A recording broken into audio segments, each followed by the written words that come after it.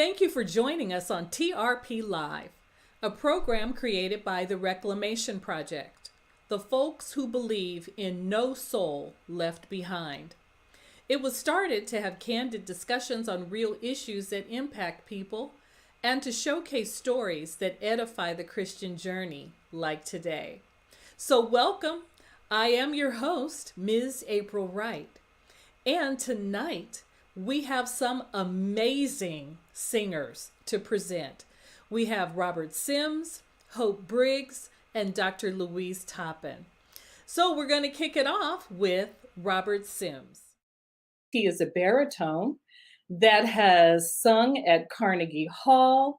He has sung with the Mormon Tabernacle Choir. He has been a guest on our show multiple times. He's been here with the Oakland East Bay Symphony. He's got a plethora of experience, but he has graciously given us the opportunity to talk to him about his newest venture entitled Majesty of the Spiritual. So welcome, Robert Sims. Thank you. How are you? You know what? I am great and just thrilled to be on your show today. I appreciate you so much and your show, The Gospel Experience, one of the first and longest running shows that features the music of gospel musicians and spirituals. And I'm just thrilled about that. Thank you. Love the work you're doing. Love what Emmett Powell did for so many years. And so I'm just grateful to be here. Thank you. You are more than welcome. I have spirituals are near and dear to me. I grew up in a church that sung everything. So I grew up with the spirituals. It saddens me that they are not sung in services on the regular like they used to, but it's still an important art form. It is part of our culture and who we are. So with all of that, you've got a brand new venture. Yes. Majesty of the Spiritual. So tell us a little bit about that, and we'll bring in some of the singers a little later on. But tell us about how you came about this new project. Well, what's so wonderful about the spiritual, and I call them African American folk songs, what's so wonderful about them is that although enslavement happened in many Christian and Protestant countries, it was only here in the United States where this unique art form, the spiritual, came out of that experience. And really, my definition of the spiritual is a documentation of the lives of enslaved Africans by enslaved Africans. And what is so wonderful is that as Africans here in America, we have always documented our history and our experiences here in this country through our art and music. And the spiritual, as people moved to more urban cities, became different forms of the blues and rhythm and blues, and then gospel music and soul and rock and roll. And, so many people think of rock and roll starting with Jimi Hendrix, but, rock and roll started with Sister Rosetta Tharpe. There you are. Yeah. Electric guitar and singing spirituals, Little Boy Howl, and down by the riverside and all of that, Sister Rosetta Tharpe.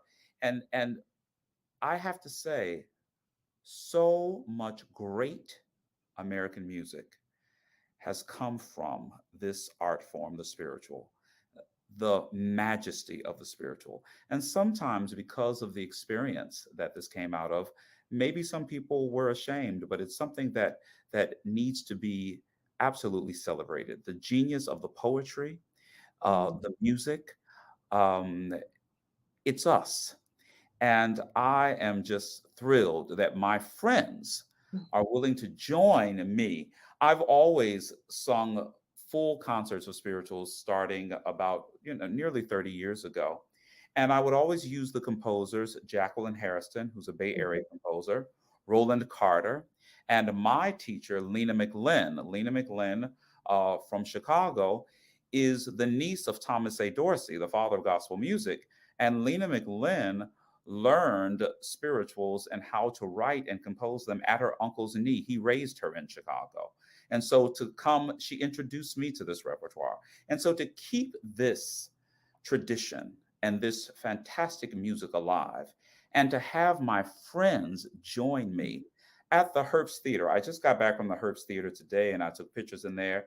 It's a fabulous place, Mhm. just gorgeous, acoustically beautiful. So the musical premier place in San Francisco to which is befitting of this majesty of music. You know, you just the more I talk about it, I just want to just shout and just tear this room up. So I'm excited and just pleased to be here and to receive all this love from you and all of my musical colleagues. Can't wait. Yes. So this, yeah, I am excited about what you're doing. I am waiting with bated breath. I already have my tickets, as I told you, and so we're going to introduce one of your friends who is going to be one of the featured soloists for Majesty of the Spirituals, Ms. Hope Briggs. And she made her debut at Carnegie Hall with the New England Symphonic Ensemble. She is also the 2013 Heritage Keeper Award recipient from the Friends of Negro Spirituals. She has also been featured on PBS nationally, performing the role of Emma Hires in the documentary film Voices for Freedom, The Hire Sisters Legacy, which I think, Robert, you had some input in as well. So I tell you what, we're going to allow Hope to introduce herself. We have video of one of her performances, and we're going to cue that up because I want everyone to hear this beautiful soprano voice of Hope. And we will get into a conversation with her in just a couple of minutes. So here is Hope Briggs. I'm so glad that trouble don't last always. I'm so glad that trouble don't last always, Lord. I'm so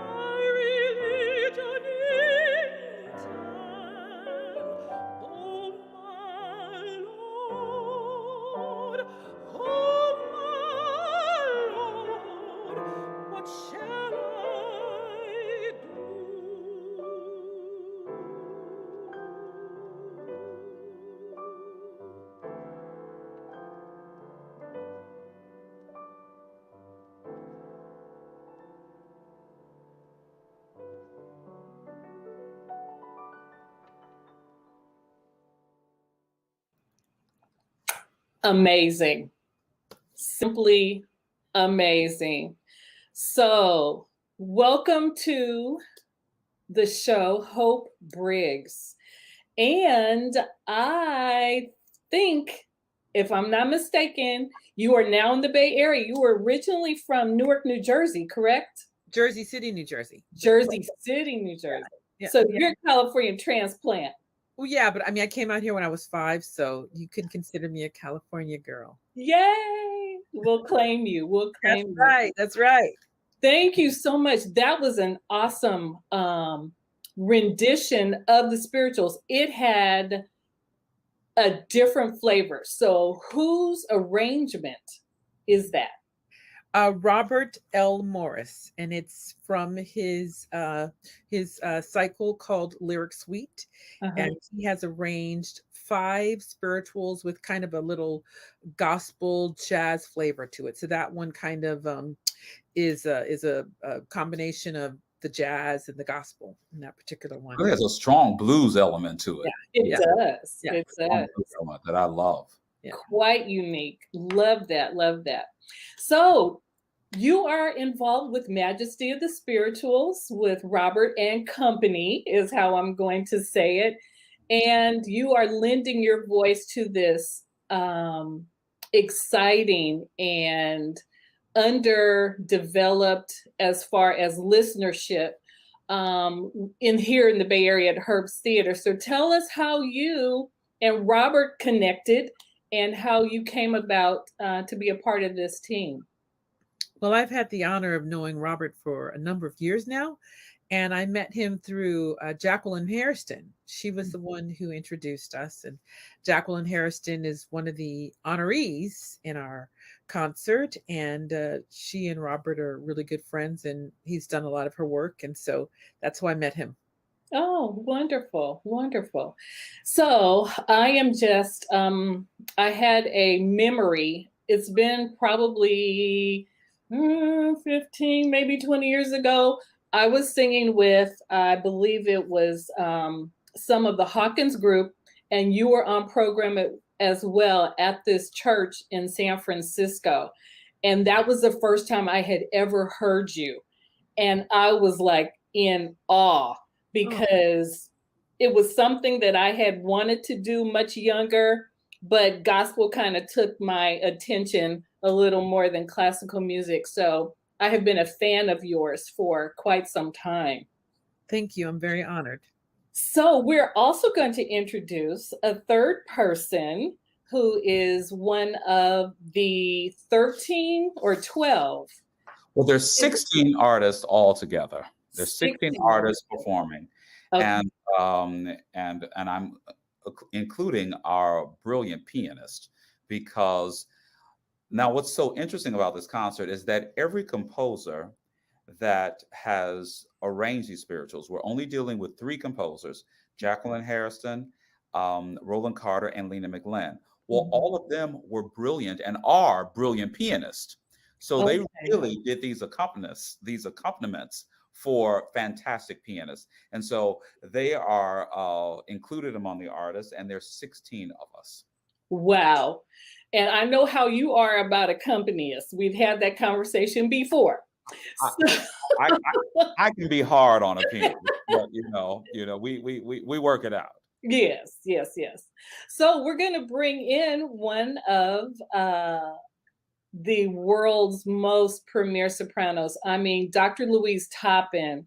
She is currently a professor of music, a voice at the University of Michigan. Previously, she was a distinguished university professor of music and the chair of the Department of Music at the University of North Carolina, Chapel Hill. She has sung all over the globe. And she is now a part of Vidimus, which is a nonprofit organization that promotes concert repertoire of African American and women composers. So I'd like to bring to us Dr. Louise Toppin. How are you? I am fine, and it is an honor to be on your show and with my distinguished colleagues this evening. Yeah. Oh, wow. It's an honor for me. The work that you're doing in academia with women composers, specifically African American composers, really speaks to me because our music hasn't been recognized nearly as much as it should. But before we get into the conversation with you, I also want to bring up a piece that you've done called Set Down. And we're going to listen to that. And then we're going to get into some conversation about spirituals and your love of them and the project that's coming up on the 28th.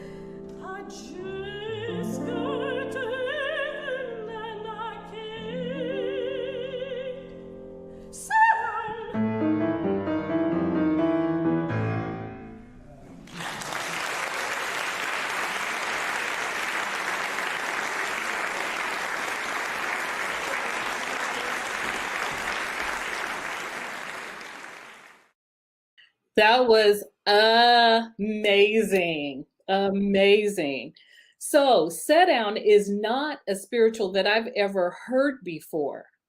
Who do you know who the composer is? Oh, yeah. Uh-huh. Yes, So indeed. tell us a little bit about that. So the arranger of this spiritual is Undine Smith Moore, who was a family friend of ours, and also the first African American woman to be nominated for a Pulitzer Prize in music in the 1980s. And she heard this melody from a late professor of hers by the name of Helen Estes Baker. And Baker told her that when she approached her hometown of Suffolk, Virginia, she saw on the side of a small pond, on the side of the highway, an old man in a rowboat fishing. And as he fished, he sang with great vigor, "Sit down, all sit down, just got to heaven and I can't sit down." Because I had never heard the tune either. And I actually was introduced by Dr. Moore to the tune as the pianist. I played the piece as a pianist for the premiere of it. Virginia, when I was in grad school, I think I was a young pianist. And so I wondered where she'd gotten this tune and that also started my exploration a lot more of spirituals, because the tunes come from a myriad of ways. And I always thought, the ones I knew were all that was there. And there are a lot of tunes that people are still discovering from older people. Wonderful, wonderful. So tell us how you and Robert came together to work on this Majesty of the Spirituals. Well, Robert and I have also known each other for I can't even remember when we first met, Robert, and maybe you do, but we've worked on a lot of different projects. We've been on a Gershwin show, singing George Gershwin's music for years. We've done that. We both have a love of spiritual, so we've been doing that. But my singing partner for this project, Marquita Lister, and I were working on a separate project that was a duo that had some duets by Roland Carter and Jackie Hairston. And so we just happened to have commissioned two works by these composers. And we were talking to Robert, heard it, I think in Cuba, heard us singing A Little Talk with Jesus that Roland had just finished writing. And it's so catchy. And he said, we got to do A Little Talk with Jesus. And it was quite a fun piece. And I think one of the many hits. The whole program is a hit. But I think that was a fun one. We were touring in Cuba, and Louise and Marquita sang this one, "Oh, little talk with Jesus makes it right, all right."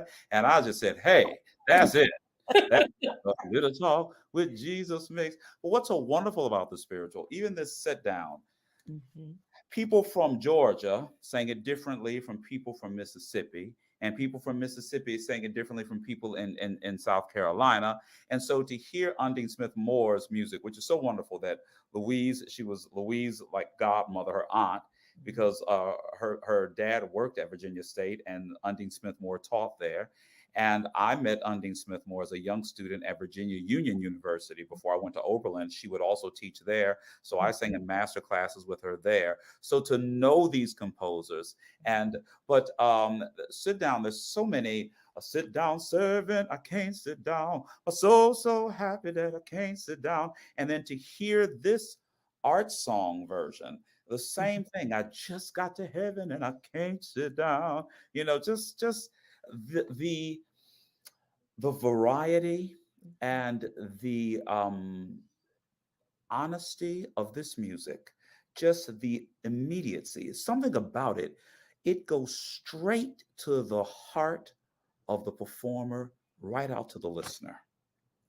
This music, and that's why it touches people all over the world. Something about this African American folk song, this music, there is no barrier. Right. And so, and for its first cousin, the blues, that's why the blues is just popular in Japan and all over the world. There's no barrier there. And so this whole idea of the difference between the spiritual and the blues, what's the difference? I'm so glad trouble don't last always. Oh my Lord, what shall I do? Just the it's the blues, and you can look at the pattern of the spiritual and look at the pattern of the blues and see the spiritual states the condition 2 times and then states the resolution. The same thing as the blues. My baby left me, don't know what to do. My baby left me, know what to do. She looked at me and said, hey, baby, get your stuff. We through, the blue. And so the same. I don't know. I'm so glad trouble don't last always. I'm so glad trouble don't last always. Oh my Lord, what shall I do? Same form. And this form is American music. Right. And you know what is so interesting about it? Everywhere we went, we changed the music scene and the art scene. And, everybody is doing what we're doing. And it started with the spiritual. So I'm bringing the majesty of the spiritual back to Herbst Theater on August the 28th. The people can get their tickets at cityboxoffice.com/majesty. cityboxoffice.com/majesty. And you know what? You're going to be healed. It's a healing music. What do you think got these people through this experience? Music heals, and don't we need it more than ever now? Yes. And I'm just happy my sisters are here. And let me tell you something. They throw down. Hope Briggs, the place is not the same after Hope Briggs sings with that gorgeous voice. And then and putting together a spiritual concert, there has to be variety. In this concert, you're going to see how how different musical shows came out of this, how vaudeville shows came out of this. A Little Talk with Jesus has that little vaudeville kind of experience with it. It's just really, there's got to be some comedy, you know, Mhm. got to be some seriousness. There's got to be some joy. There's got to be some celebration. There's got to be some testimony, and it's all there. And all 16 artists just throw it down. Who are the artists? Frederica von Stade. Now that people are gonna say, well, Robert, why do you have the legendary white soprano from the Metropolitan Opera who sung all over the world, Frederica von Stade, singing spirituals? Hey, this music is in the soil of America. It's in the food we eat. This, we Mhm. grew up on this. This music is American music at its core. So why not? Why not? And what I love about having 16 artists singing this repertoire is that each spiritual is a shena, is an operatic shena. Each spiritual came out of an experience. Mhm. Somebody, I'm so glad trouble don't last always. You know, my children got sold for me. Lord, what shall I do? I know I'll get over this. You know, guide my feet, Lord, while I run this race, while I'm out here trying to escape. I don't Mhm. want to run this race in vain. A little talk with Jesus will make it all right. All right, just a little talk with him. Trials of every kind. Right. God, I'll always find a little talk with Jesus makes it right. You're going to hear some spirituals that you never heard before, and that's a good thing. And then you're going to hear some that are old familiar spirituals. And you know, I just get excited talking about it. Miss April, let me give you your show back.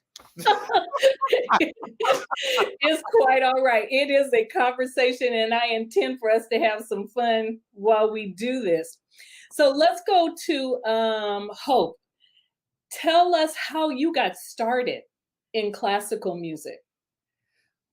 Classical music actually found me late in life. It wasn't until I went to Cal State Fullerton as a music major, and I actually was interested in pursuing jazz because I sang jazz with my high school jazz band, and then I kind of contemplated contemporary Christian music. I just wasn't quite sure, but opera was not even a part of the conversation. And I auditioned for the program, and the chair at the time was an amazing voice teacher who happened to be the voice teacher for Deborah Voigt, who had studied there years before. And she said, "You have the goods for a professional career in opera." So I'd never had a voice lesson. I didn't know anything about, how to sing, and I certainly didn't know much about opera. I mean, I've seen it here and there, but I started at Cal State and fell in love with it and just gave my all to it. And it was while I was at Cal State that I learned the spiritual. Believe it Mm. or not, even though I grew up in church, at my church we didn't sing spirituals. So I was somewhat familiar, but I had never sung a spiritual in my life. And I did my first set of spirituals on my senior recital. Wow. So do you have a particular spiritual that speaks to you personally? I do. I do. I love This Little Light of Mine. That's one of my favorites because that's kind of like my testimony and my life mission, right? To just be light. I want to be light wherever I go. And then I really love Jacqueline Harrison's Don't Feel Always Tired Mm. because it just speaks of the resilience. And I love to sing that to people because I want them to be encouraged. And that's what I love about the spiritual. It's like we all have our ups and our downs, and there are trials, but our faith is going to get us through. And that's what I love about the end of Don't Feel No Ways Tired, because she says, "I don't believe he brought me this far. I can't believe, I won't believe he brought me this far to leave me." And so for me, that is at the heart of the spiritual when I sing it. It's like, don't give up. Don't give up. There's hope and there's light on the other side. Yeah. Yeah. Mine is Plenty Good Room. Why? You say, Robert, why do you like Plenty Good Room? Because there's room enough for everybody. Mm. There's room down here for you to do whatever your true heart's desire is to do. There's room for you to create out of this God substance whatever you want to create that is for good, and just choose your seat and sit down in it. Christ came so we could have life and have it more abundantly. There's Amen. room, everybody. And I just love plenty good room. And I know they're gonna pack the room at the Herbst That's right. August the 28th at 3 o'clock. Get that plug in. For Majesty of the Spiritual. And Louise, what's your favorite spiritual? I'm still laughing. I'm sorry. I have several. I mean, I have a lot of favorites, but I would say the one that has been my testimony is "God My Feet," and I've sung it at the end, either as the encore at the end of every program for years. It's Jackie Hairston's arrangement of it, but because it speaks to me about why do we run this race? Why are we on this path if it doesn't mean anything? If we're not going to touch people with the gift that God has given us, what's the point? I mean, we are to use it, our gifts and our talents in such a way. And I had an experience once that speaks very strongly to me. I did one of my CDs is Hall Johnson, and it's all Hall Johnson spirituals. And somehow it ended up in a jazz station in Chicago. And the DJ wrote back to the president of the record company. He said, I picked up that CD on a Friday evening, and it was just sitting on my desk in a pile, and I didn't know why it was in the jazz station. But he said, I decided to play it on the way home. I picked up my mother, who hadn't spoken in about 10 years, had been a professional opera singer and friend of Leontine Price. Oh, wow. He said, so she had a gorgeous voice. He said, I had my mother, my wife, and my son in the car, and we're driving in Chicago. I popped the CD in. My mother started singing from the beginning of the CD with you and sang the entire CD. And he said, I had to pull over because we were bawling to hear her voice again. And I said, that's God My Feet. Whether I ever sell any more recordings, it doesn't matter. That made a difference for that family. And that's what I hope my testimony is with the use of my voice every time I sing. It's amazing. That's an amazing story. One of the things that I have recently been keenly aware of is people who've developed and are suffering from Alzheimer's. The one thing they can always remember is music. Exactly. They haven't spoken in years, and you play a song and they will sing every single lyric as if nothing's wrong. Right. So the power of music is healing, as Robert was saying. Mm-hmm. And the power of music has the ability to penetrate and to transcend. And it's the one gift that continues to give, irrespective of your station in life or your health condition. And so as we talk about that, we're coming out of this COVID pandemic, I think. I'm going to say, I think. How has this pandemic shaped or changed your ministry in music? And I'll start with Dr. Louise on this. How has this pandemic changed how you do what you do? Well, thank you. That's a great question. I think that for me, it has made it even clearer that it is necessary. There's so much hurt and lack of and a need for healing. Mm-hmm. And so one of the first things that I did, when people would ask me to create videos for something, I jumped on it immediately during this pandemic. And the first one I did was for the nurses in New York. And it was Harriet Tubman. And the piece was "Keep on going, though you're tired, keep on going." So it's using Harriet Tubman's words. And it had virtually, we did that segment with a lot of people. And so I think that it's even more important. We taught our lessons on Zoom at the university, and it was important to take time to see how people really were. And sometimes we would just hum. And I would say, don't try to sing, just hum, just like they did with spiritual. Just hum before you try to vocalize or sing. And I noticed that more of what people wanted to sing was something that had a real social message or something that was going to be healing. And so it made me, keenly aware of how I could still use my voice and use my platform to help people, even during COVID. Because music is therapeutic. Yes. And when it moves through your body, it kind of dispels the stress and anxiety and those kinds of things. Yeah. So Absolutely. And when I started my career, I was going to be a cardiac surgeon. So I was going to be healing the heart physically by doing surgery, and realized very quickly that it was going to move from physically doing it to using your voice. So now that brings up another question. How do you go from cardiac surgery to opera?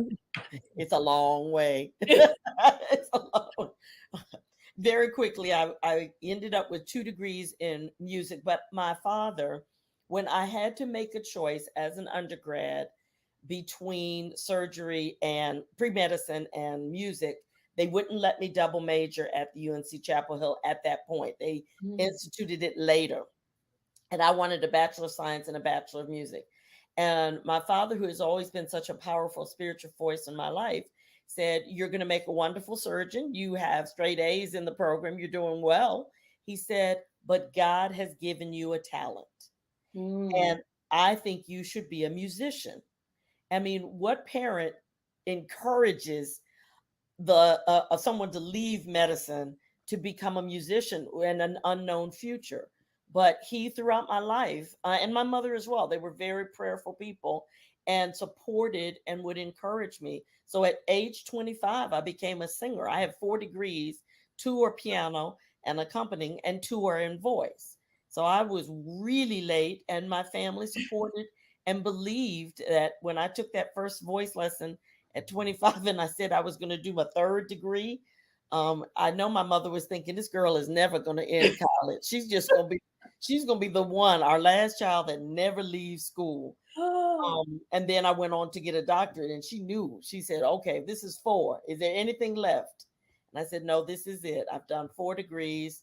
I'm going to figure something out." But I've always seen what I do as a singer, whether I'm singing opera, whether I'm singing Gershwin, whether I'm singing whatever I'm singing, that's my ministry.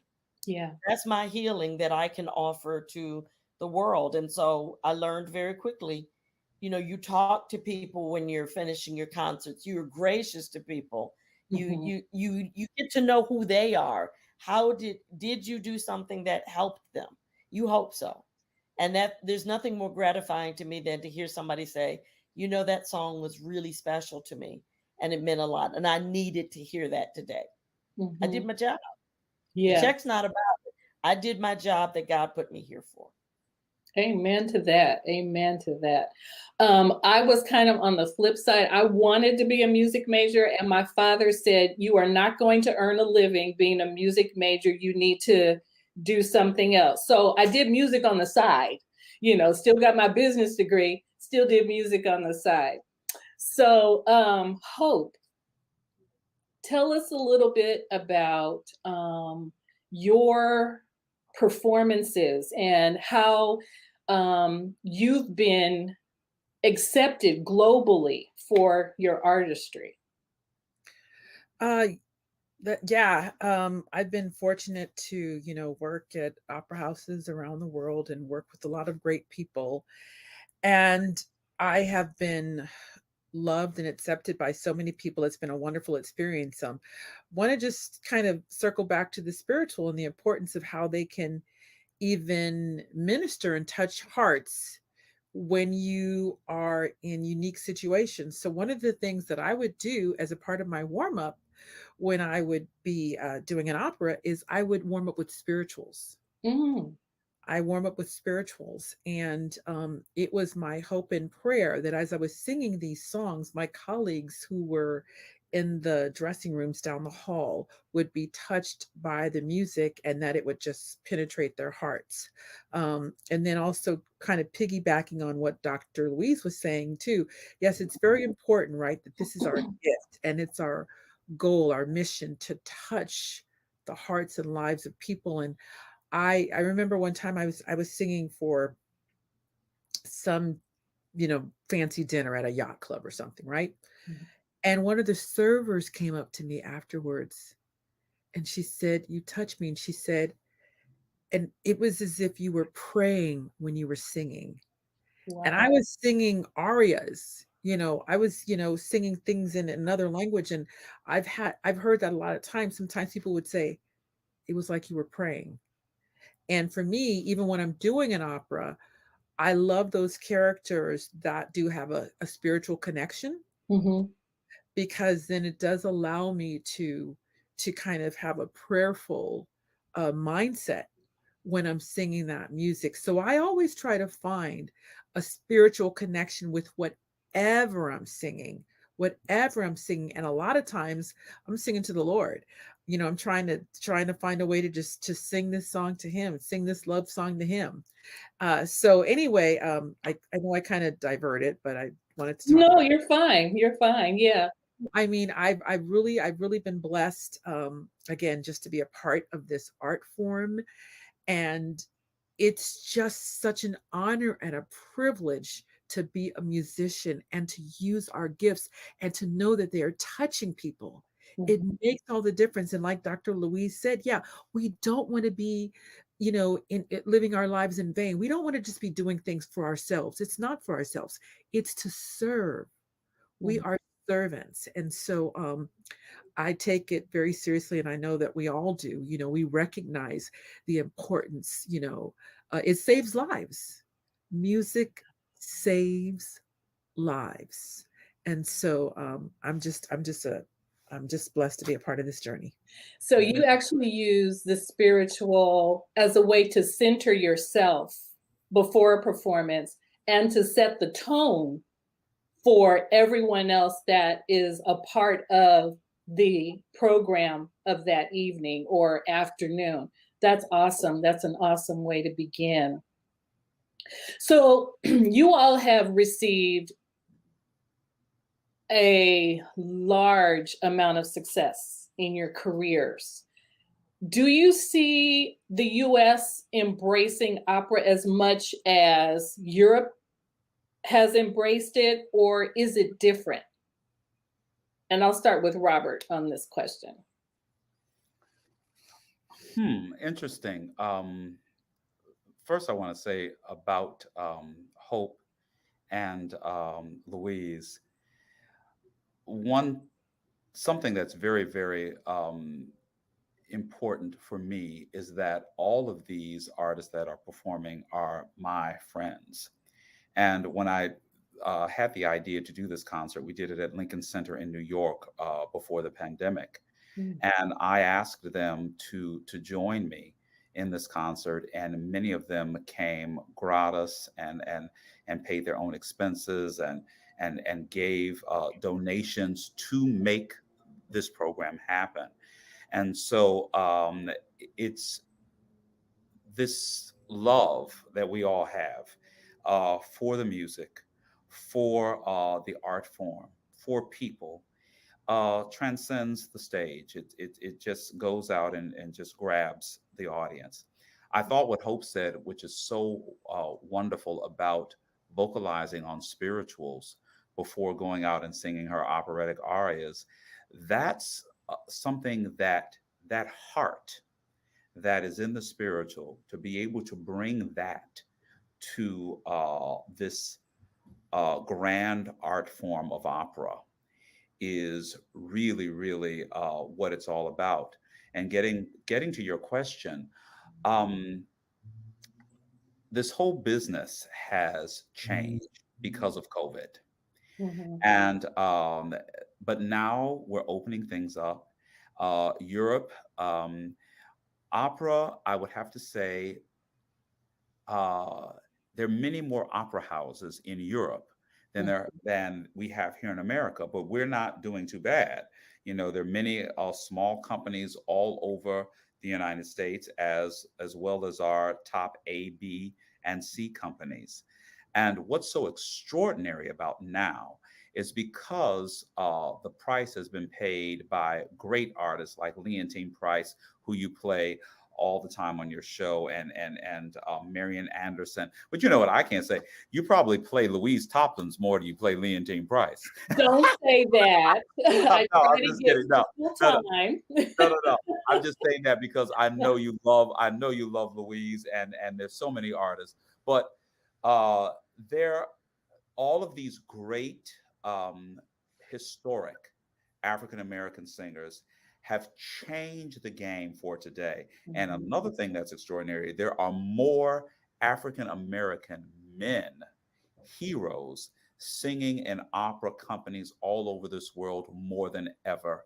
And that is a huge a change and a huge step for us as a people in the arts. And as far as instrumentalists, as far as orchestras, it's just this whole classical music thing. Um, we're showing that rhythm ain't the only thing we got. You know, we can do uh, uh, many, many things. And so, I'm just happy to be a beneficiary of these wonderful, great artists that have gone before us. Yeah. So, Dr. Louise, you're in academia, so you're training up the next generation of classical artists. Tell me what you're seeing in the classroom.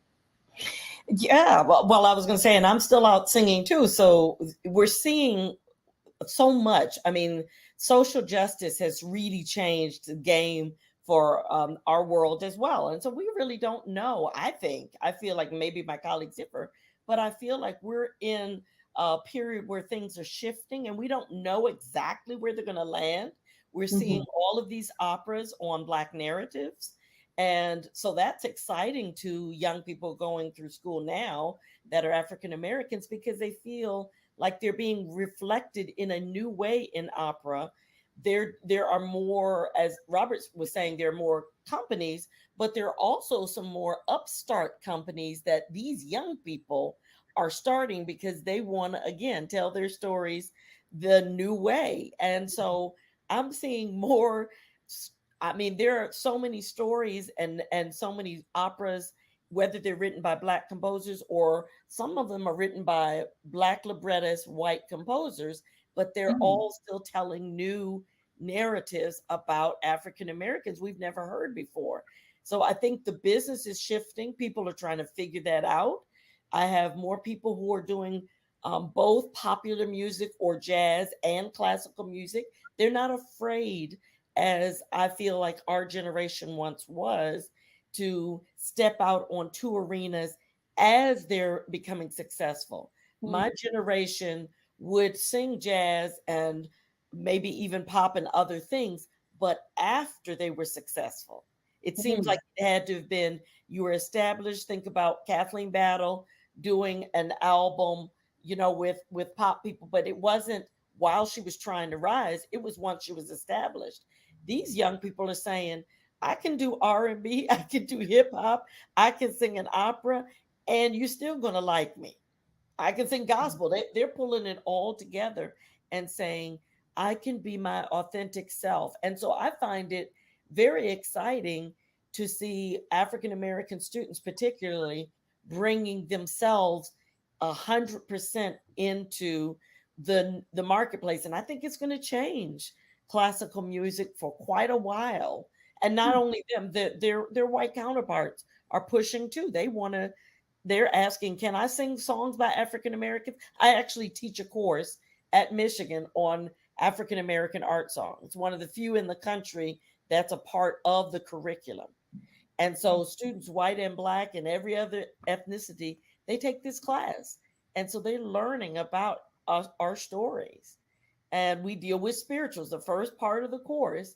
I spend almost a third of the course teaching them about spirituals, getting them to understand what dialect is about, and getting them to look at spirituals and the whole enslavement experience as a testament to the brilliance of those who came before us. As the narrative before was, oh, they couldn't speak English, it's broken English, they can't get the theology right because their spirituals are all, they're talking about David, then they talk about Joshua, then they talk about Moses, and I said, no, the brilliance is they put all strong characters together to tell a different narrative. So they're not telling the one that you had in the Bible, they're making it even stronger for themselves. That's brilliant. Bringing coded messages. How in the world can you have two layers? I can barely sing my one song once, and you and I'm supposed to give a coded message plus the original message so that they don't know I'm giving a code.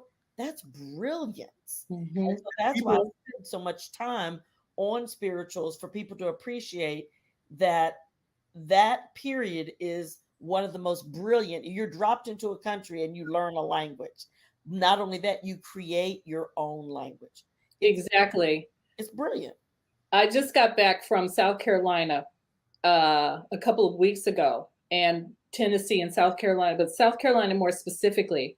And I attended this lecture on Gullah Geechee culture, and they talked about the coded messages, and they talked about how they communicated, or I should say, we communicated, and unbeknownst to everyone else, we were passing messages back and forth.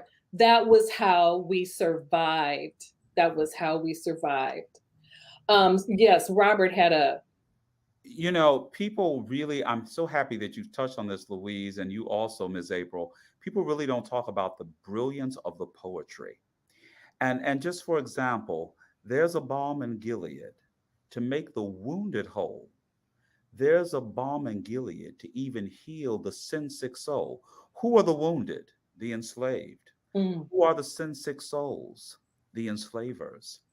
And so so they're singing this, and the enslavers aren't even thinking that they're saying, hey, you enslaving me, you're the sin-sick soul, but this balm in Gilead that you all talk about in the Bible, it's going to take care of me, and it's also going to take care of you.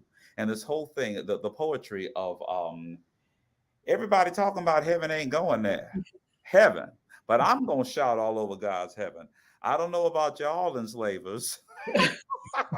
Y'all talking about heaven, but I don't know if you're going there. So yeah, just the poetry is, and one can go on and find examples of the poetry and the way that scripture is used, and the way they might go from Hebrew text to the New Testament and bridge those two things together. Really extraordinary. Amen. So we're gonna shift a little bit and talk about some of the things that you all do when you're not traveling or singing or teaching, because we want people to know that our classical artists are people just like them, and they have interests outside of these grand opera houses. And so, Robert, tell me if you had one day, just a one down day, what would that day include? Well, I love riding my bike to the lake in Chicago, and that's my ocean when I'm there. When I'm my second home in the Bay Area, I love walking around Lake Merritt, and I'm a rollerblader. And I used to carry my rollerblades with me wherever I went, and even if I went to a foreign country. As I've matured a bit, I've been saying, Robert, you sure about the rollerblades? Because if you fall in a foreign country, that might not be a good thing. So now I'm really just keeping my rollerblading to the United States. It's kind of challenging to rollerblade here in the Bay Area because there's so many hills. And so those rollerblades, I need to do it on flat land. But many of the young ones out here who are rollerblading, They can deal with all these hills and all that. I grew up in Southern California, so I was a skateboarder, and I wouldn't dare get on a skateboard now. But I love to rollerblade, I love to bike, love to eat. So I need to rollerblade. So yes, on a day off, eating, going to the lake, going to the beach, rollerblading. That's what I love to do. I also love to read um, spiritual self-help books. So every kind of other book I'm not really that interested in, but a spiritual self-help book or meditation book, that's my favorite. So on a beach with my book.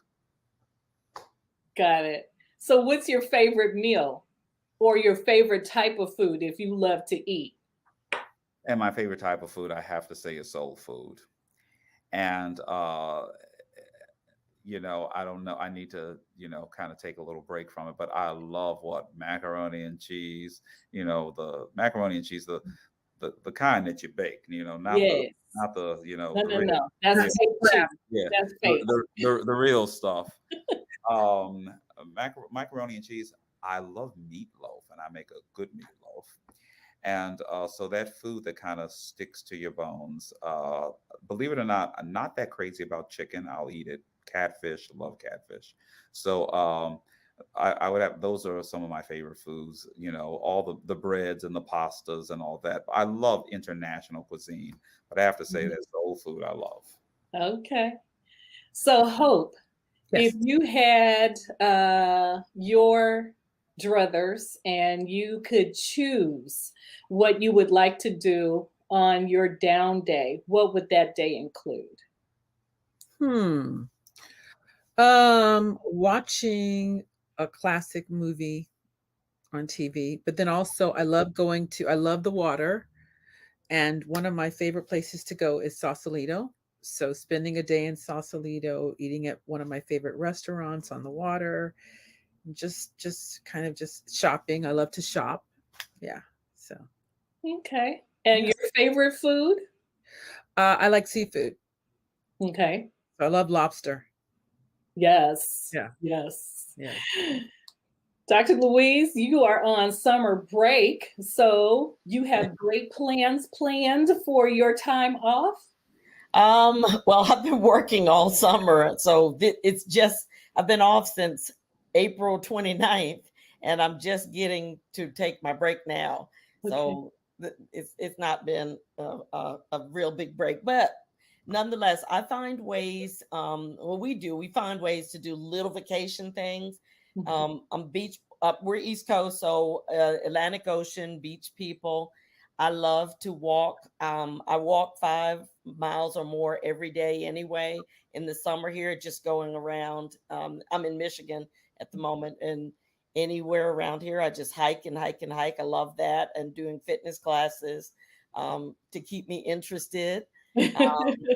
I love to read. My mother was a reading teacher, English and reading teacher, and my father was as well as a historian.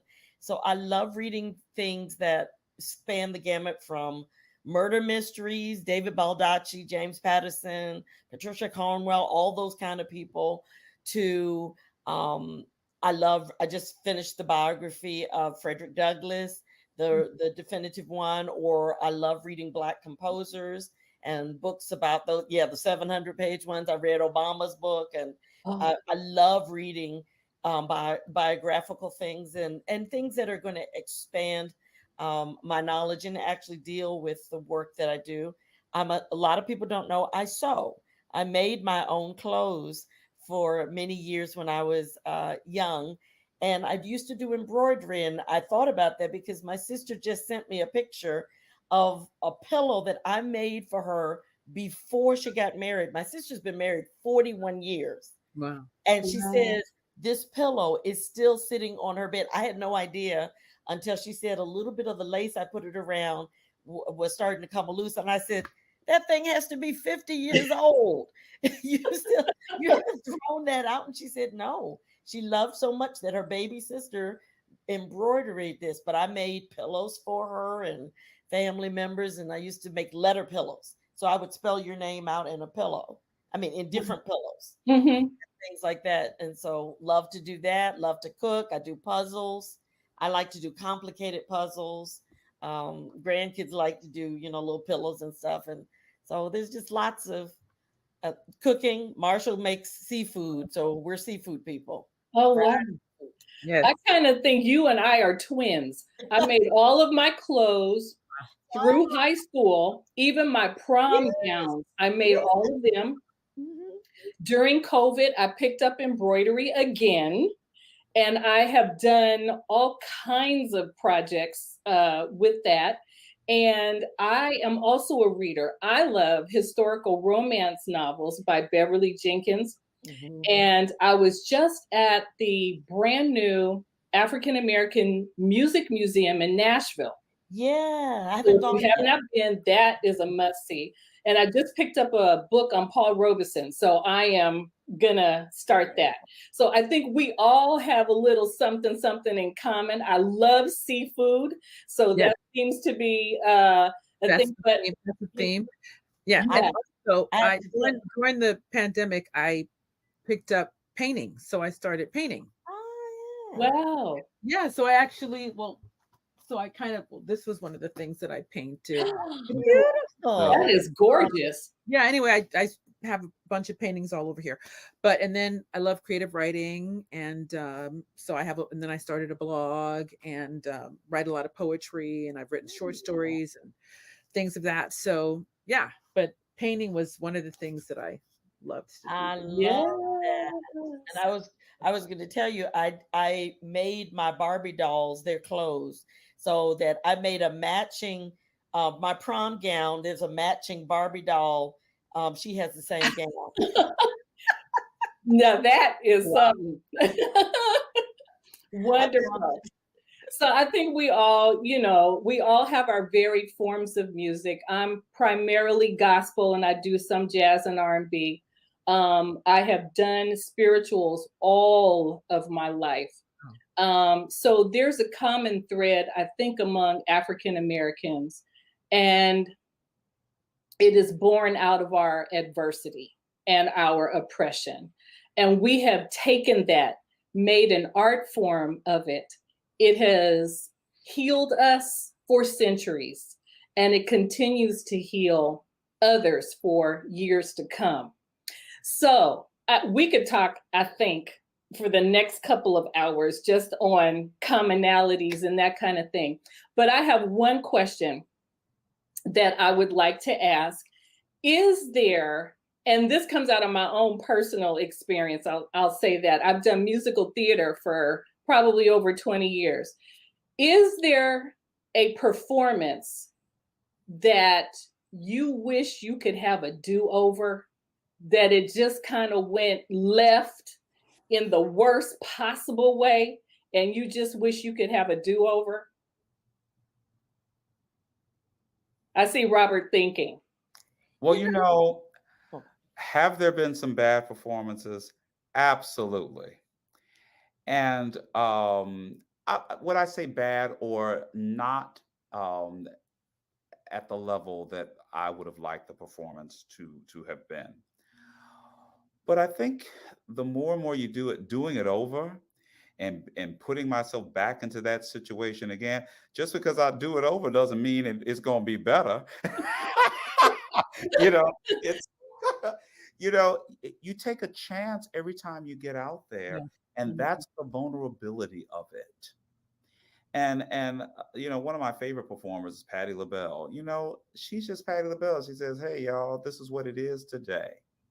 And if we can get there, the interesting thing about classical music is that we spend all of our lives training to make our instrument the first instrument of the orchestra. That's what being a prima donna really means. It is the first instrument, and that you have developed the resonance and the tone that voice can ring and carry over those 75 to 100 or however many orchestra members there, and that the diction is perfect, and that and that the rhythm, and that all of that you have developed your voice where it is this instrument that is as perfect as possible. And then on top of that, you need to bring some heart to it. And you have to bring some artistry to it. And then you have to move and you have to fence and you have to dance while you're doing it and all of that. And and there are people that do it very, very well. But those performers that were not perfect, and those performers that people thought, hey, might they hit this note or maybe they won't, or those performers that were vulnerable, those are the ones that we read about.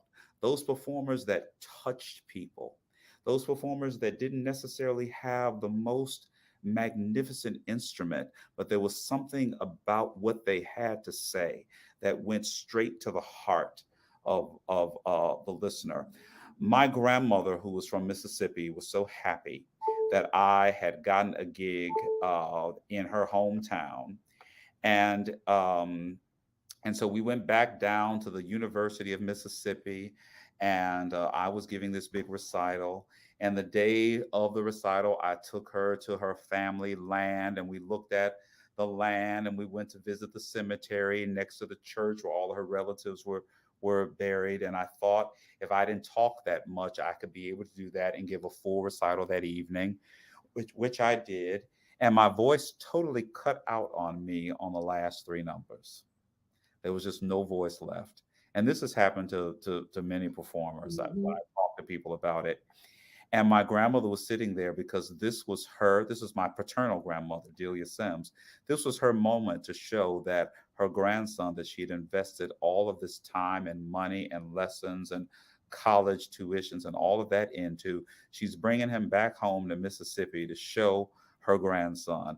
And I couldn't even finish the performance. And then she thought that she said, maybe if you didn't take that time with me and take me back to the old homestead, you might have been able to finish it. And it wasn't that at all. And I was just so happy. And would I do that moment over? Absolutely not. Mm. It was what it was. Yeah. And it's okay. And, I don't want for it to happen again. But, it was what it was. Leontine Price's voice gave out on her. She was singing everywhere she went. Everybody was saying how great a singer was, and she opened the Met for the second season after having a great season her first year, and she was singing "The Girl of the Golden West." And the reviews came out after the first performance. Leontine Price is the girl with the golden voice.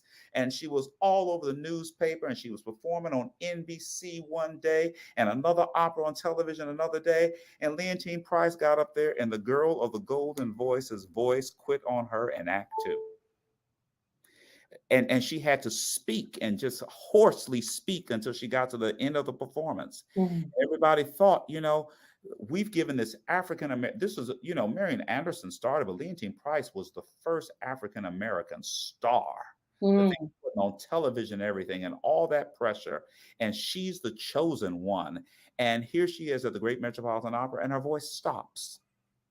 And they have to go get Dorothy Kirsten, and she had already taken her sleeping pills and then gone to bed. They had to wake her up and tell her, come down to the Opera House. And Dorothy Kirsten, you gonna finish, Leontine Price's The Girl of the Golden West. And Miss Price took some time off, studied, got well, came back better than ever. That could have been the end. But it wasn't. So, all we can do is just do our best and just on my journey, Lord. Yes. Nothing for my journey now, just on my journey. We're all on a journey. Yeah. Wonderful, wonderful. So before we end this, I have a video of Robert Sims that I would like to show. And it is with the Mormon Tabernacle Choir. So we are going to cue that up and have a little conversation about that. Here's Robert Sims.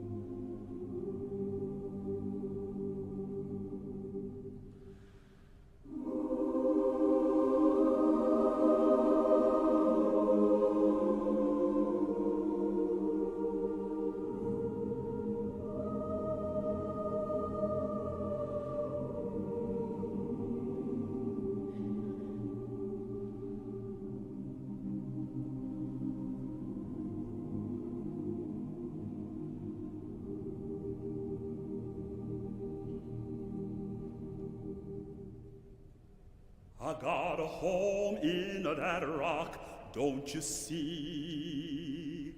I got a home in that rock, don't you see?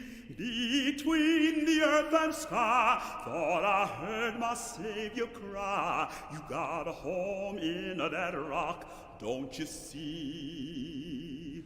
Oh, I got a home in that rock, don't you see, don't you see? I got a home in that rock, don't you see, don't you see?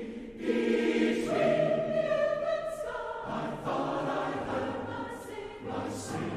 You got a home in that rock, don't you see, don't you see?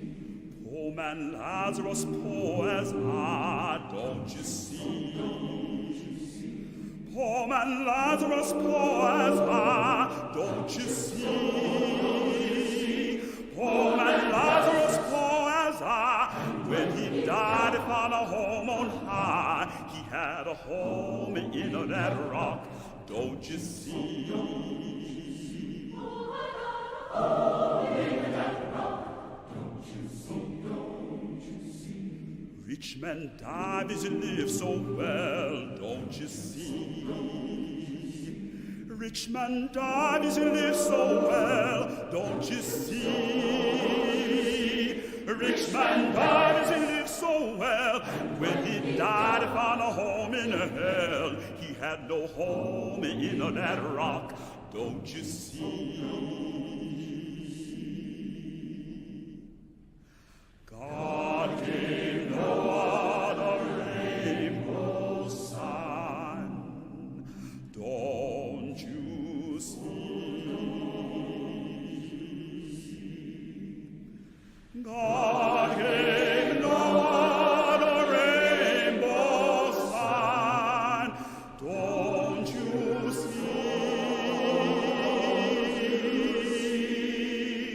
God gave Noah the rainbow sign, no more water but fire next time. Oh Lord, better get a home in that rock, better get a home in that rock, better get a home in that rock, better get a home in that rock, better get a home in that rock. Don't you see?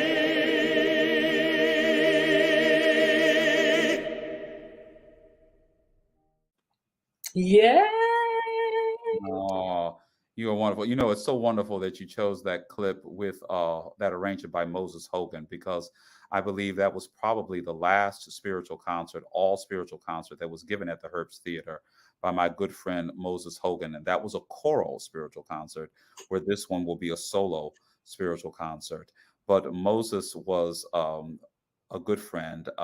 He heard me sing at the Crystal Cathedral, and he wanted me on some of his CDs. And so he flew me down to New Orleans, and we did a lot of wonderful work together. And I was just so thrilled that he was putting me out there singing spirituals. And Moses left us very early. He died very young in life. And so when we graced that stage at the Herbst on the 28th, there are going to be so many ancestors there with us. Mm-hmm. And when I think about Moses, and I think about Dr. Hosea Williams, and I think about Lucy Kenshin, and I think about Emmett Powell, and all of these wonderful musicians that weren't ashamed about the spiritual and put it out there without apology, and that I'm following in this tradition, and that my friends are assisting me and saying, Robert, we got you. We're on this journey with you. And for you, Miz April, every Saturday to play these great African-American artists. And I tune in and just love you for what you're doing, and remember seeing you there assisting Emmett, and to see you carrying on this for us and to have this wide viewership. I love you, my sisters. Where would I be if it weren't for Black women holding me up? Yeah. So with that, I was actually at that last concert of Moses Hogan's at the Herbst Theater just months before he passed away. So yeah, I was blown away by that. But we kind of have to bring all of this to a close. I have had so much fun with you all, speaking with you all, and I certainly hope this will not be the last time. But Robert, tell us what is coming up on August the 28th I can give at 3 o'clock. I can give a plug now. Plug it. In all seriousness, the majesty of what enslaved Africans in this country created, telling their story, the majesty of the spiritual. And it will be August the 28th at 3 o'clock. And the artists are Robert Sims, Frederica von Stade, Donnie Ray Albert, Edwin Davis, Rayanne Bryce Davis, who just had a wonderful Metropolitan Opera debut, the great Hope Briggs. There isn't a more gorgeous soprano voice. Marquita Lister, who has sung with San Francisco Opera as Aida and in Idomeneo. The great Cynthia Clary, who has graced opera stages all over the world. Sushil Bibbs with the Living Heritage Foundation, who is a great singer, a great mentor and movie maker. Shawnette Salker, who is singing beautifully and just sang a gorgeous Cleopatra in Giulio Cesare yesterday that I saw. The great Louise Toppins, who is just a wonderful educator, a great singing artist, and just creating so many opportunities for African-American singers. Edwin Davis, that is singing as a Merlini right now at the San Francisco Opera. The great pianist Carl Blake is going to be accompanying us. He's a Bay Area favorite. Daniel Lockhart, who is also a Bay Area favorite, and Byron Sean, and also James Meredith. We're all coming, bringing the majesty of the spiritual to the Herbst Theater, and that's August the 28th. And get your tickets at cityboxoffice.com/majesty. cityboxoffice.com/majesty. And for those who don't do the internet, call this number, 415-392-4400. That's 415-392-4400. Now, April's show comes on very early in the morning on Saturday. They're probably not open this early, but just wait a little bit and call 415-392-4400. And I'm just filled because I just love you all so much. And thank you. I really feel supported on this journey, and it just fills me up. Thank you. I am so grateful to have each of you. And Robert, you talk about how I play other artists, but you are still my favorite baritone. You take care of me. You take care of me. I know it. And let me tell you something, April. When I look at your lineup, I am just thrilled. Every Saturday, I'm thrilled about the artists that you choose. They're all my friends, and I'm happy that they're being played. And but you're putting us out there. And what other radio station is putting classical concert spirituals with gospel music? We're up there right next to the Hawkins. We're up there what's his name? Norcos, what's his name? Smokey Norfolk. We're up there with, yes. We're up there with Smokey. You put us up there with the stars on Saturday. And it's because you are stars. See, the gospel experience brings you an experience in gospel music that you will not get anywhere else on the planet. And I'm telling you know what? I was with Angela Simpson. I was like, Angela, Miss April plays you all the time. She said, who is Miss April? We were doing a Marian Anderson film, and I had to hip everybody to what you're doing, and I love you for it. Thank you. Thank you. Thank you. Well, to Robert Sims, to Hope Briggs and to Dr. Louise Toppin. Thank you so very much for taking time out of your busy schedules to sit down and just have a conversation with Miz April this afternoon. Well, I am excited about Majesty of the Spiritual coming up on August the 28th at the Herbst Theater. I already have my tickets. So thank you to all of you for joining us tonight. We hope that you tune in again next time for another broadcast of TRP Live. Remember also to share, like, and subscribe to stay in the know of upcoming events and broadcasts. My final message for you tonight is, oh, the depths of the riches and wisdom and knowledge of God. How unsearchable are his judgments, and how unfathomable his ways. For from him and through him and to him are all things. To him be glory forever. Amen. Until next time, good night.